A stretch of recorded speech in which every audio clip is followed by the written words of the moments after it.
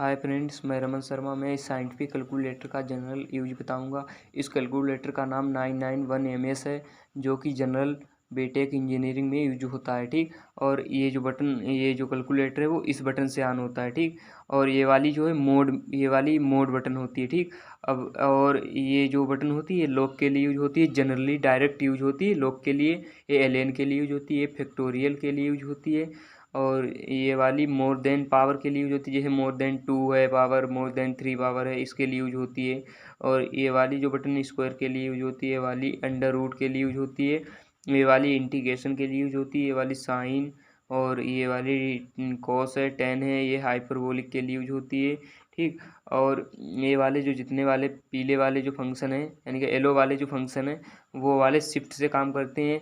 और ये वाले जो अल्फ़ाबेट अगर हमको लिखने हैं ये वाले, तो ये इस फंक्शन को वर्क कराने के लिए हमको अल्फ़ा बटन पहले दबाना पड़ेगा, तब ये बटन वर्क करेंगी। ठीक। तब ये बटन इस फंक्शन के लिए वर्क करेंगी। ठीक। अब हमको मान लीजिए अगर हमको अचानक चाहिए कि cos 48 की वैल्यू हमको बतानी है, तो cos 48 बस दबा दीजिए और इक्वल टू में दबा दीजिए, आ जाएगा 0.6691 आ गया, यहाँ तक आ गया। ठीक। अब हमको इसको AC कर देना, यानी का अकाउंट इसको डिलीट कर देना पूरा एकदम। ठीक।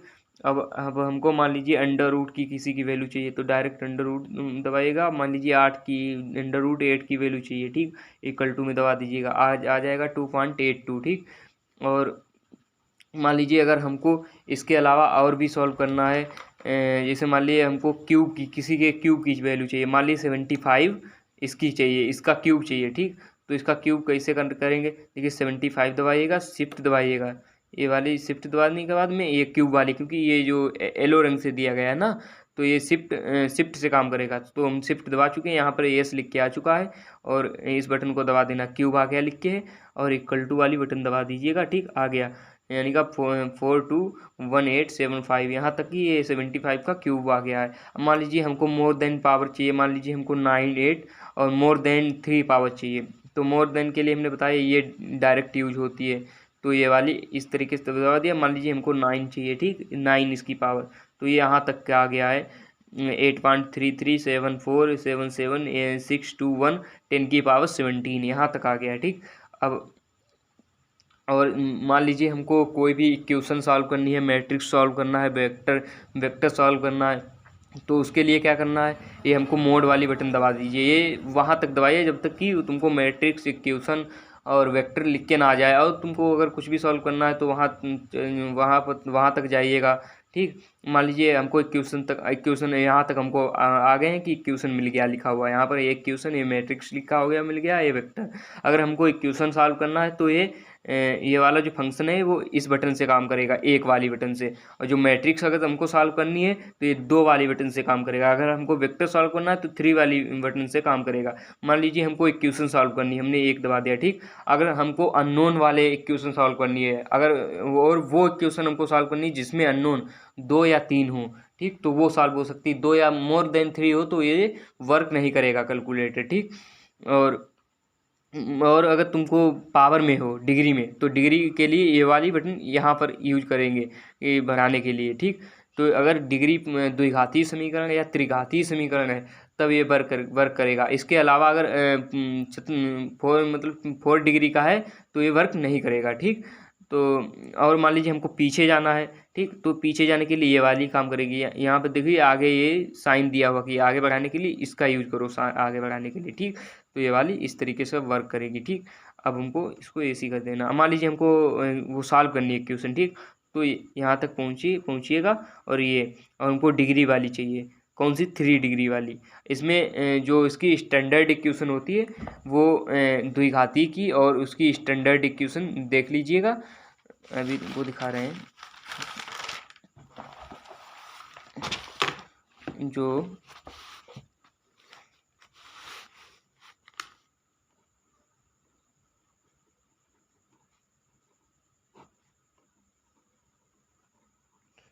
ये द्विघाती समीकरण की स्टैंडर्ड इक्वेशन होती है x² + bx + c = 0। इसमें हमको ए की वैल्यू रखनी होगी और बी की वैल्यू और सी की वैल्यू रखनी होगी। अगर मान लीजिए त्रिघातीय समीकरण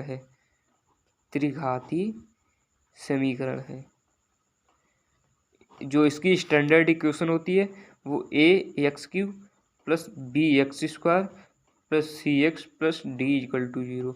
इसमें हमको ए की वैल्यू लिखनी होगी, बी की वैल्यू लिखनी होगी, सी की वैल्यू लिखनी होगी और डी की वैल्यू लिखनी होगी। ठीक, ये इसकी स्टैंडर्ड इक्वेशन होती है। वही देखो इसमें मांग रहा है, ए की वैल्यू मांग रहा है। ठीक, तो देखिए इसमें ए की वैल्यू मांग रहा है। अब हमको ए की वैल्यू इसमें पुट कर देनी। मान लीजिए हमने ए की वैल्यू 5 पुट कर दी। ठीक, 5 पुट कर दी और हमने बी की वैल्यू -6 पुट कर दी, सी की वैल्यू 4 पुट कर दी। ठीक, और डी की वैल्यू -1 पुट कर दी। ठीक, ये आ गया। देखिए इसमें अगर त्रिघातीय समीकरण है तो इसके जो रूट आएंगे वो भी 3 आएंगे। अगर अननोन 3 हैं तो उसके अननोन मतलब अननोन तो 3 आएंगे। ठीक, तो अगर कोई भी इक्वेशन है उसकी जितनी ही पावर होगी उसके उतने ही वैल्यू होंगी। ठीक, तो इसके ये त्रिघातीय समीकरण था तो इसकी 3 ही वैल्यू होंगी। देखो x1 का मान आया, ये आ गया, जो कि ये तुमको दिख रहा है, कैलकुलेटर शो कर रहा है। ठीक, और इसको देखिए ये डाउन में साइन लगा हुआ, मतलब आगे बढ़ाने के लिए हमको इस बटन का यूज करना पड़ेगा डाउन के लिए। ठीक, इसको देख के यूज कीजिएगा कि ये वाली हमको यूज करनी कि ये वाली। जनरली यही ये दोनों यूज होती हैं आगे बढ़ाने के लिए। ठीक, ये वाली देखिए हमको ये वाला डाउन साइन बना हुआ तो हमको डाउन वाली बटन को यूज करना है। तो देखिए x2 की वैल्यू आ गई 0.38752427 ठीक, अभी x3 की वैल्यू आ गई 0.3875242728। ठीक है, वैल्यू समान भी हो सकती हैं। ठीक, समान भी तीनों की तीनों समान भी हो सकती हैं। ठीक, तो अब हमको मान लीजिए अब हमको इसको डिलीट करना है। तो डिलीट कैसा करना है, शिफ्ट दबाइएगा, ये मोड को दबाइएगा जहाँ की ये क्लियर लिखा हुआ है और ये 3 दबाइएगा क्योंकि हमको सब कुछ डिलीट करना है। तो 3 पर दबाइएगा और इक्वल टू को 2 बार दबाइएगा तब ये हो जाएगा। ठीक, तब ये हो जाएगा शिफ्ट। अब मान लीजिए हमको अननोन के लिए सॉल्व करनी है इक्वेशन, ये हमको मान लीजिए अननोन 2 है। ठीक, तो इसमें अननोन के लिए जो होती है वो ए वाली समीकरण होती है। देखो अगर 2 अननोन हो, अगर 2 अननोन हो तो 2 अननोन के लिए इक्वेशन होती है ax1 plus by1 is equal to सी, और एक और होगी इक्वेशन a1 b1 और c1। ये x1 नहीं होगा, ये गलत हो गई,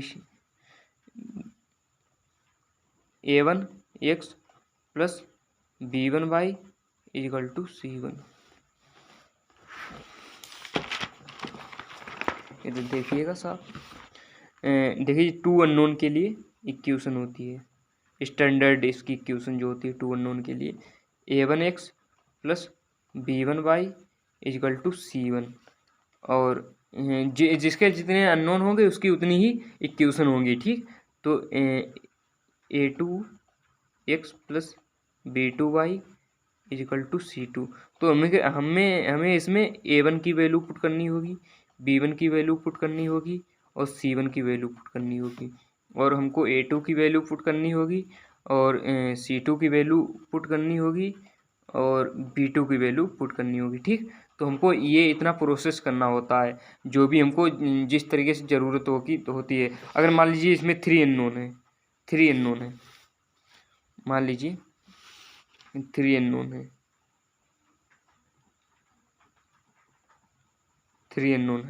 3 अननोन के लिए क्या होता है, देखिए जिसके हमने बोला जिसके जितने अननोन होते हैं उसकी उतनी ही इक्वेशन होती है। तो इसमें इसकी 3 इक्वेशंस होगी।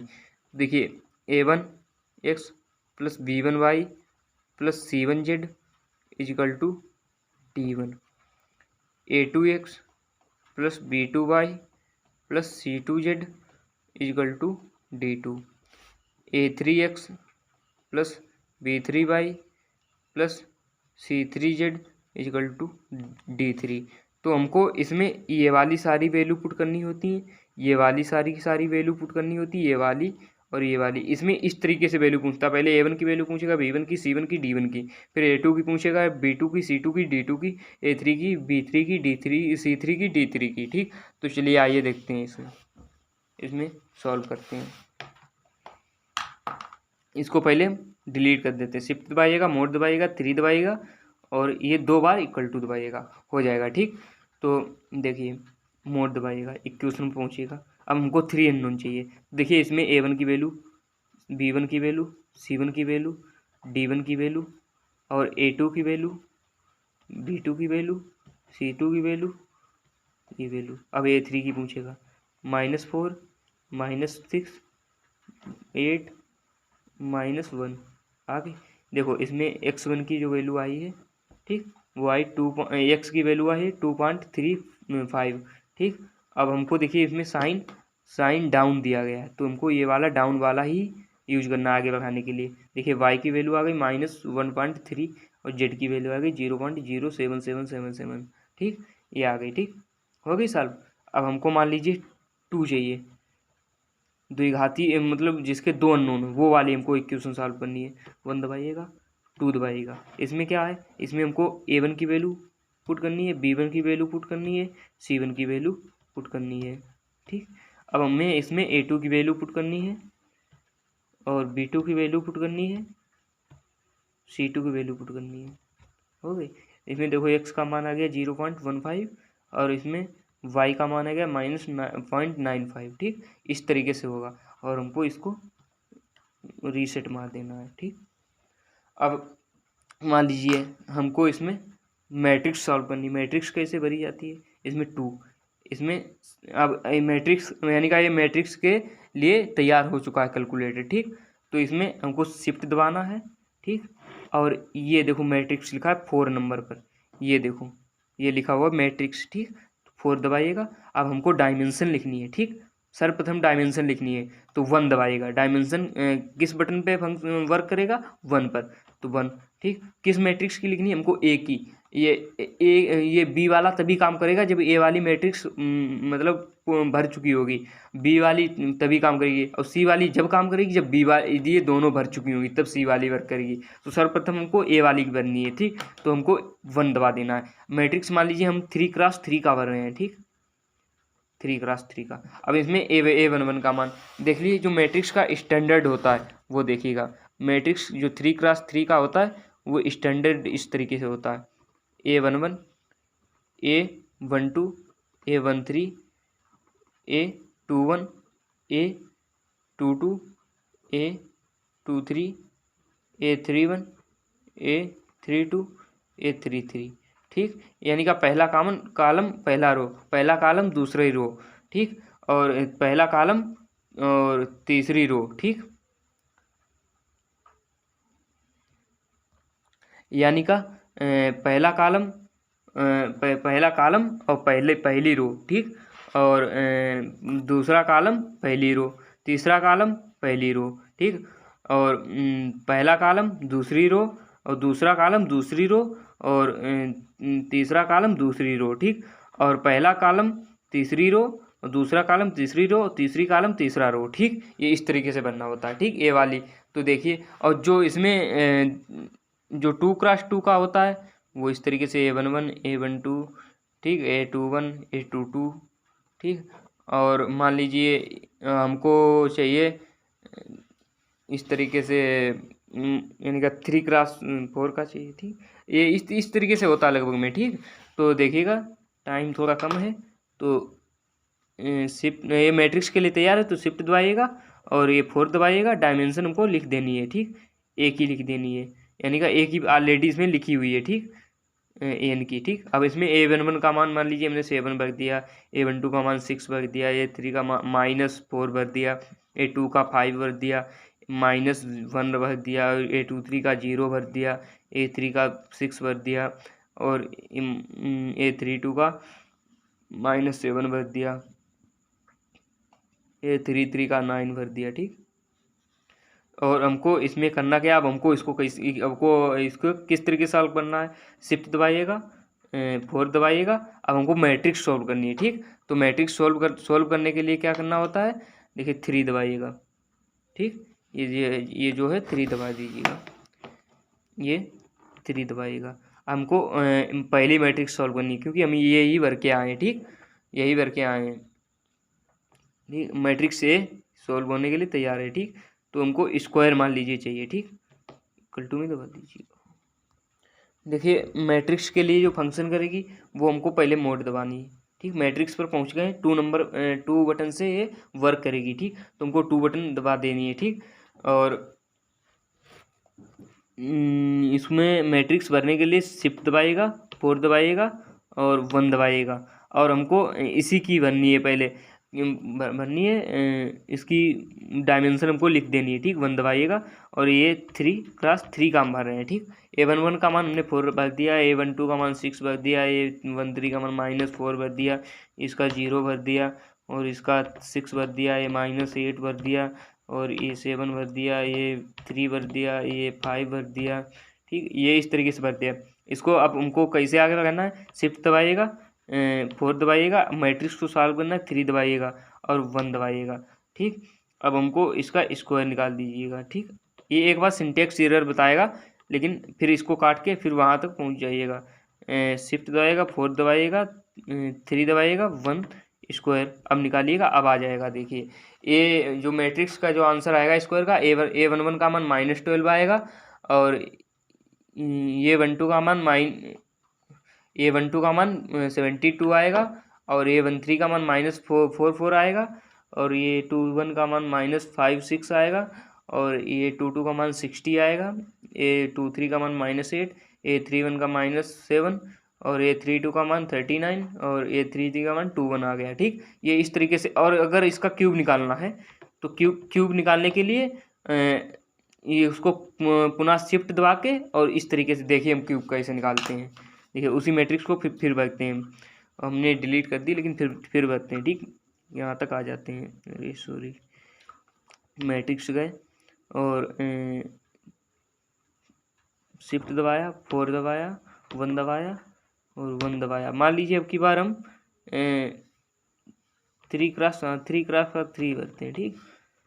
और सॉरी, शिफ्ट दबाइएगा, 4 दबाइएगा, 1 दबाइएगा, 1, 3x3 ये हमको करनी है, ठीक। A11 का मान 5 -1 0 7 -5 1 -2 6 3, ठीक। ये भर दिया मैट्रिक्स। शिफ्ट दबाइएगा, 4 दबाइएगा और हमको मैट्रिक्स सॉल्व करनी है तो 3 दबाइएगा, पहली सॉल्व करनी है 1 दबाइएगा, हमको इसका क्यूब निकालना है, शिफ्ट दबाइएगा, इस क्यूब को निकाल दिया, आ गया। लेकिन ये एक बार सिंटेक्स एरर बताएगा, लेकिन फिर दोबारा हमको शिफ्ट दबाइएगा, 4 दबाइएगा, 3 दबाइएगा, 1 दबाइएगा और शिफ्ट क्यूब, अब की बार आ जाएगा। एक बार ये सिंटेक्स एरर बताता है फिर दोबारा आ जाता है दोबारा करने से।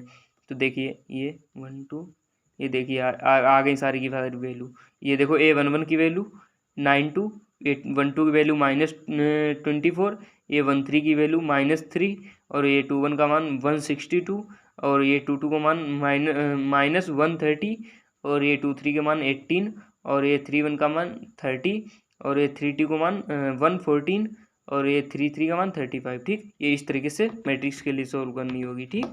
ये इस तरीके से कैलकुलेटर हमारा वर्क करता है। मान लीजिए अब हमको इसमें tan इनवर्स की वैल्यू निकालनी है तो इसको शिफ्ट 10 56 65 इसकी निकालनी है तो देखिए 89.11 ये इसकी वैल्यू आ गई, ठीक। यानी का ये जो tan इनवर्स 65 की वैल्यू है वो 89 डिग्री की है। मान लीजिए हमको tan inverse shift tan inverse 0.89 इसकी वैल्यू निकालनी है, ठीक।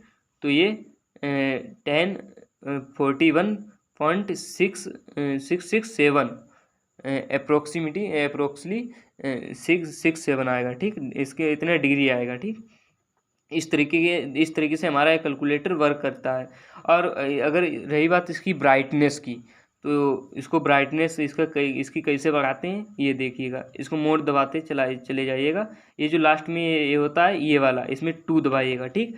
और इसमें अगर तुमको लाइट इसके डार्क करना है तो इस बटन का इस तरीके से यूज करो। अगर तुमको डाउन मतलब डार्क नहीं करनी है, बहुत ब्लर करना है तो इस तरीके से देखिए ये वाली दबाते जाइएगा। देखिए डिम हो गई लाइट, देखिए इस तरीके से, देखिए डिम हो गई लाइट इसकी, ठीक। और देखिए अगर इसको डार्क करना है इस लाइट को देखिए अब डार्क हो रही है, देखिए देखिए हो गई डार्क।